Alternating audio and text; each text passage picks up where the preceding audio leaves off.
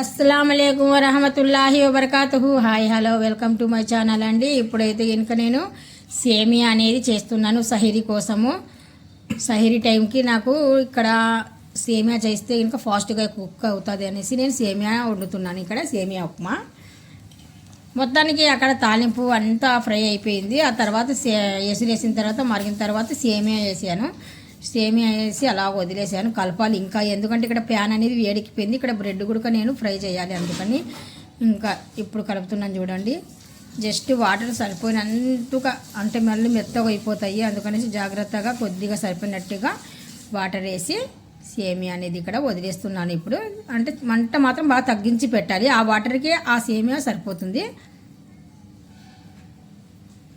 ఇక్కడ మా రేయో బేటా రేయో చిమ్మ చీకట్లో ఉన్నాడు. చూడండి, రేయో ఎక్కడున్నాడు? వాష్ ఏరియాలో ఉన్నాడు. ఆడు వాష్ ఏరియా అంటే వాషింగ్ మిషన్ మీద కూర్చొని ఉన్నాడు అనమాట, చిమ్మ చీకట్లో. ఇక్కడ ఎగ్ ఆమ్లెట్ అనేది చేస్తున్నానండి. ఎగ్ ఆమ్లెట్ ఒక కాంబినేషన్ అండి సేమియాలకి. 3 చితగొట్టేసి బాగా మిక్సింగ్ చేస్తున్నాను. 3 బాగా కలిపేసి వేద్దామనేసి. అందులో కారం కానీ ఉప్పు కానీ ఇంకా మరి ఏటి వేయడం లేదు, ప్లెయిన్గా. మనకు ఆల్రెడీ ఇంకా సేమియా అంటే బాగా హాట్గా కారంగా ఉప్పుగా ఉంటుంది, అందుకనేసి ఇది ప్లెయిన్ ఆమ్లెట్ అనమాట. ప్లెయిన్ ఆమ్లెట్, దాంట్లో కాంబినేషన్ సూపర్. ఇప్పుడు ఇంక ఇక్కడ ఆమ్లెట్ అనేది మనకి 1 సైడ్ అనేది బాగా ఫ్రై అయిన తర్వాత ఇంకొక సైడ్ కూడా తిరిగేస్తాను.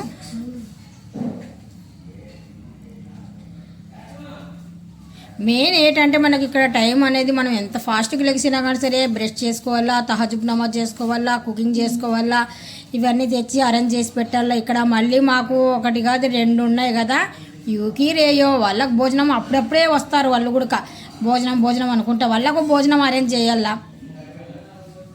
చూస్తున్నారా, 1 సైడ్ అయిపోయిన తర్వాత ఇంకొక సైడ్ కూడా నేను తిరిగేసాను ఆమ్లెట్ని. ఇక్కడ మనకు గరం సేమియా రెడీ. చూస్తున్నారు కదా, ఆ వాటర్ అనేది మనకి సేమియా పుల్లలకి కరెక్ట్ సరిపోతుంది. ఇంకొక 2 మినిట్స్ వరకు నేను అలాగ వదిలేస్తాను. బాగా ఆవిరి పట్టేస్తే కనుక సేమియా స్మూత్గా బాగుంటాయి. ఇక్కడ ఆమ్లెట్ అనేది మనకు రెడీ అయిపోయిందండి. బ్రెడ్ గుడక మనకు ఫ్రై అయిపోయింది ఆల్రెడీగా.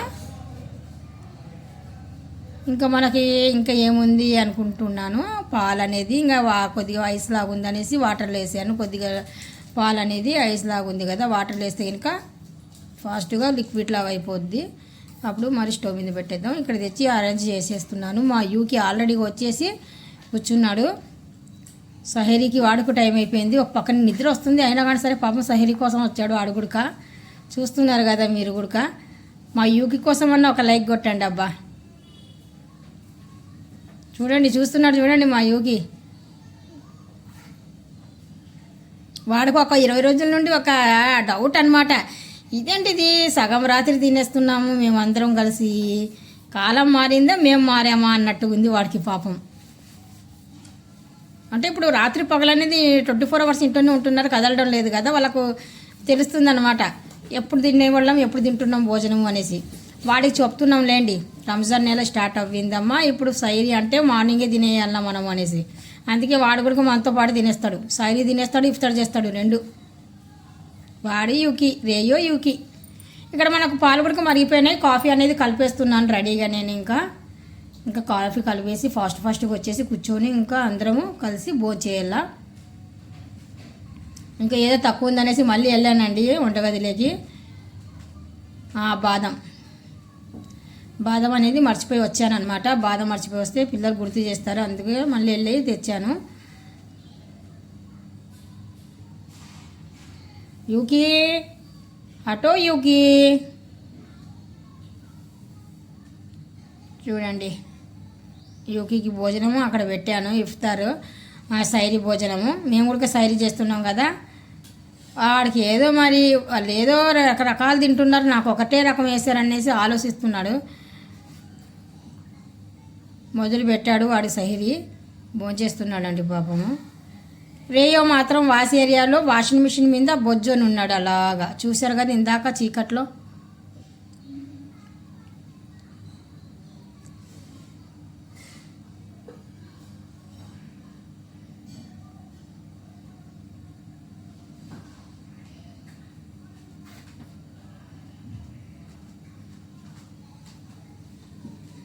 ఇంకా అదే సేమ చెంచా తీసుకొని 4 వైపులు 4 ముక్కలు చేసి పెట్టేస్తున్నాను.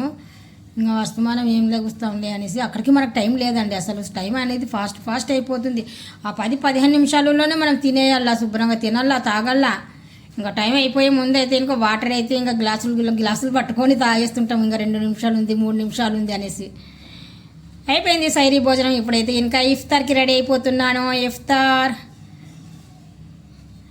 ఇక్కడ మాత్రం ఎగ్ బాయిల్ చేసి పెట్టుకున్నానండి ఆల్రెడీగా. ఇక్కడ మాత్రం చిప్స్ చేసి పెట్టాను, ఆలు చిప్స్ కొద్దిగా వాటర్లో వేసి కడిగి పెడితే కనుక చాలా బాగుంటాయి ఆలు చిప్స్. అందుకనేసి కడిగి బాగా శుభ్రంగా వాటర్లో వేసి పెట్టి తీసాను. అందుకనేసి బాగా ఫ్రెష్గా ఉన్నాయి ఆలు. ఇది మాత్రం మా రేయో. ఇందాక యూకిని చూశారు, ఇప్పుడు రేయోని చూస్తున్నారు. సహిరీలో వాడు చూశారు, ఈ ఇఫ్తార్లో ఇవన్నీ చూస్తున్నారు మీరు.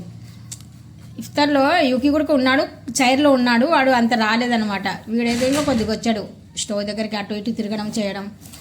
ఇక్కడ మాత్రం నేను బజ్జీల కోసం శనగపిండి అనేది కలుపుతున్నానండి. కొద్దిగా జీరా వేసేసి, కొద్దిగా సాల్ట్, కొద్దిగా సోడా ఉప్పు వేసి ఇవన్నీ కలిపేసాను. ఒక పక్కన మాత్రం నాకు రైస్ కుక్ అవుతుంది, ఒక పక్కన ఆయిల్ వేడెక్కిపోయింది. కొద్దిగా అయితే ఇంకా 4-5 మిర్చి బజ్జీ కూడా చేసుకుందాం బాగుంటుంది అనేసి ఫస్ట్గా నేను మొదలు పెట్టాను మిర్చి బజ్జీతో. మిర్చి బజ్జీ ఒక 4-5 వేద్దాం అనేసి. అదే పిండే కదా మనకి, ఇంక సినిమేమో ఉంది. అందుకనేసి 4-5 మిర్చి బజ్జీ అనేది ఇక్కడ చేస్తున్నాను.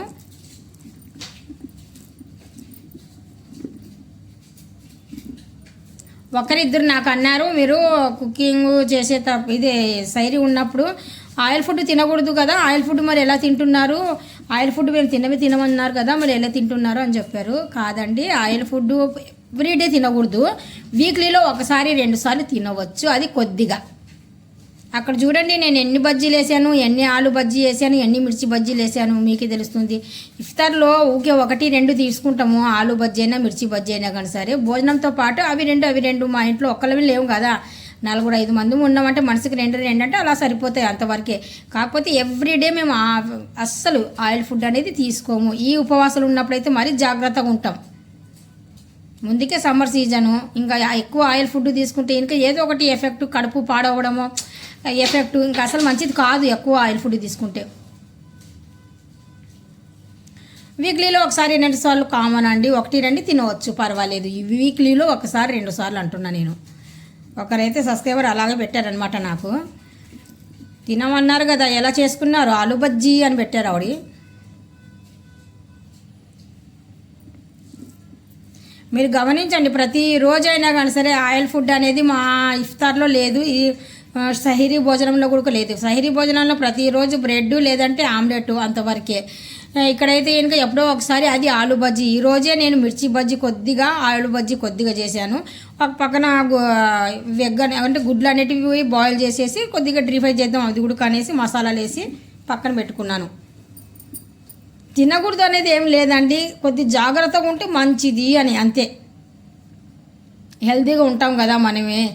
ఎక్కువ ఆయిల్ ఫుడ్ లేకుండా ఉదయం నుండి సాయంత్రం వరకు మనం ఏం తినకుండా అప్పటికప్పుడే సమోసాలంట, పకోడీలంట ఇలాంటివి ఆయిల్ ఫుడ్ ఎక్కువ తీసుకుంటే కనుక స్టమక్ పాడైపోద్ది అండి. అందుకనేసి మేము తీసుకోము అని చెప్పాను. తీసుకునేటోళ్ళు చాలామంది ఉన్నారు, తీసుకుంటారు.